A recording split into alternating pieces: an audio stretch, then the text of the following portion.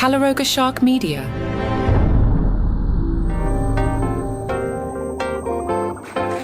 Hi, I'm Johnny Mac. I'll continue to cover this Rob Reiner story through the lens of comedy. The Hollywood Reporter wrote a piece titled Conan O'Brien threw a holiday party to forget a bad year. Then Nick Reiner arrived. As they tell the story, a group of powerful Hollywood creatives and executives were at Conan O'Brien's house on Saturday night for a holiday party. They tell us the estate is nestled in a section of the Pacific Palisades that was spared by the fires earlier in the year, although Conan did have to evacuate. As the Hollywood Reporter tells the story, it was a chance to shake off the bad mojo of 2025 and look toward a happier and more hopeful new year, but as the night progressed, a different kind of dark energy filled the room.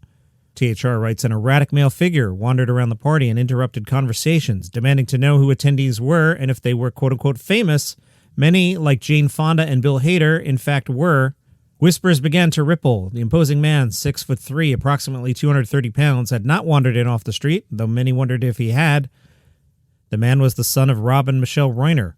THR adds, Nick's name was not on the invitation, but his parents asked Conan O'Brien if he could tag along. His behavior, which had often been extreme and stressful, had grown degrees even more concerning in recent weeks. They were reluctant to leave him home alone in the guest house of their Brentwood home.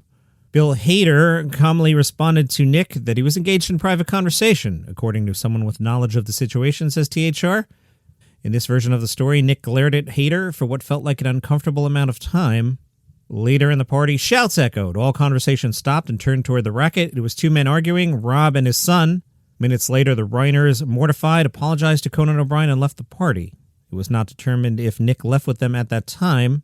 THR says the conversation didn't return to the room, but the mood of the evening was altered. The Daily Mail reported Bill Hader appeared strained as he was pictured for the first time since that conversation.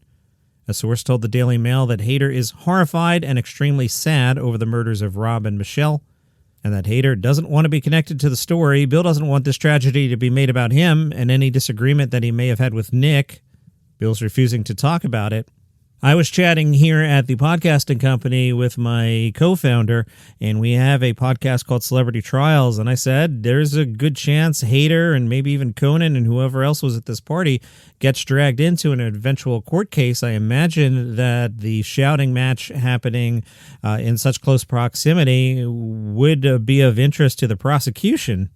I have no legal expertise. That's just a guy in a basement with an opinion, but I'm not sure Hader's successfully not going to be connected to the story. On Rob Shooter's Substack, and I'll just observe, I'm the writer on the Palace Intrigue podcast, and that is a source that tends to come up. It tends to be a little more gossipy than other sources. I'm not saying it's incorrect, it's just a little more gossipy. Rob Shooter writes, Conan O'Brien is devastated and consumed with guilt following the shocking murders. Sources say the late-night icon can't stop replaying the last moments he saw the family together, haunted by what he perceives as missed warning signs. Shooter writes, insiders tell me that Conan is blaming himself after witnessing a heated argument. He keeps thinking, what if I had stepped in? What if I'd pulled Rob aside or shut it down? He feels like maybe he could have changed the course of what happened. Friends describe Conan as heartbroken. Another insider says Conan is replaying every detail in his mind. He's racked with guilt and keeps wondering if anything he did or didn't do could have made a difference. It remains to be seen if Conan will talk about this on his podcast. Now, today being December 17th, there's a very, very likely chance that they have wrapped production for the year. Several prominent figures and close friends of Rob Reiner's released a joint statement. They include Billy Crystal, Larry David, and Martin Short. In the statement, friends of Rob Reiner said, going to the movies in a dark theater filled with strangers having a common experience, laughing, crying, screaming in fear, or watching an intense drama unfold is still an unforgettable thrill. Tell us a story audiences demanded of us, absorbing all he had learned from his father Carl and his mentor Norman Lear. Rob Reiner not only was a great comic actor, he became a master storyteller. There is no other director with his range, from comedy to drama to documentary. He was always at the top of his game. He charmed audiences, they trusted him. They lined up to see his films. His comedic touch was beyond compare. His love of getting the music of the dialogue just right, and his sharpening of the edge of drama was simply elegant. For the actors, he loved them. For the writers, he made them better. His greatest gift, freedom. If you had an idea, he listened. He brought you into the process. They always felt like they were working as a team. To be in his hands as a filmmaker was a privilege, but that's only part of his legacy. Rob was also a passionate, brave citizen who not only cared for the country he loved, he did everything he could to make it better, and with his loving wife Michelle, he had the perfect partner. Strong and determined, Michelle and Rob Reiner devoted a great deal of their lives for the betterment of our fellow citizens. They were a special force together, dynamic, unselfish, and inspiring. We were their friends, and we will miss them forever. There's a line from one of Rob's favorite films, It's a Wonderful Life. Each man's life touches so many other lives, and when he isn't around, he leaves an awful hole, doesn't he? You have no idea.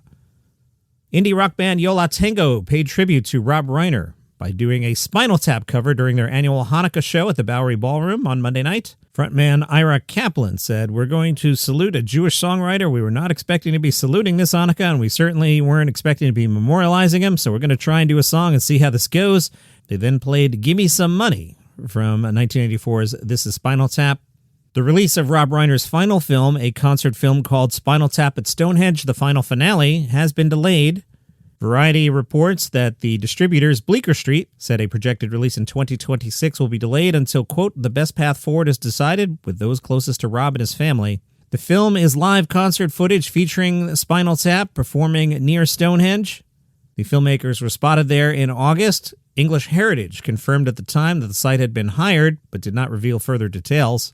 A statement in October said that Eric Clapton, Shania Twain, and Josh Groban were guest musicians at the concert. None of that footage was used in the recently released Spinal Tap 2, which I had noticed, was it Saturday night, I guess? I went on HBO, and they were highlighting both Spinal Tap and Spinal Tap 2 as big ads. When I was on there the other night, they had probably wisely kind of dialed that down a little bit. Otherwise, it might be misconstrued that they were like, oh, Rob Reiner died, let's promote his movies. And they had been promoting it anyway, coincidentally.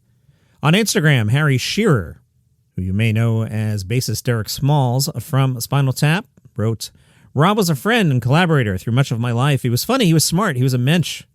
When he came to see the comedy act I was in and later the musical comedy I'd co-written, his laugh was uproarious and audible around the block.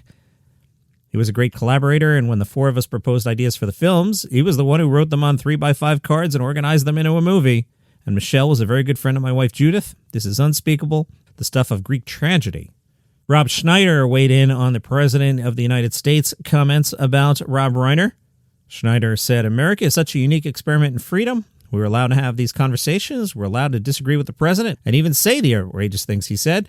I don't want to repeat them, but I think that the president, I think he must rise above it. I think he seems incapable of rising above the situation and being the president of us all and just saying what it was." Schneider suggested Trump move away from the rhetoric of anger and proposed, phrasing. "Maybe he wasn't a fan of mine, but I was a fan of his. He made great films. He was a great artist. And leave it at that. I think we must move away from the rhetoric of anger and hostility and not take everything personally." There was a regular episode in the feed earlier today, and I'll see you tomorrow.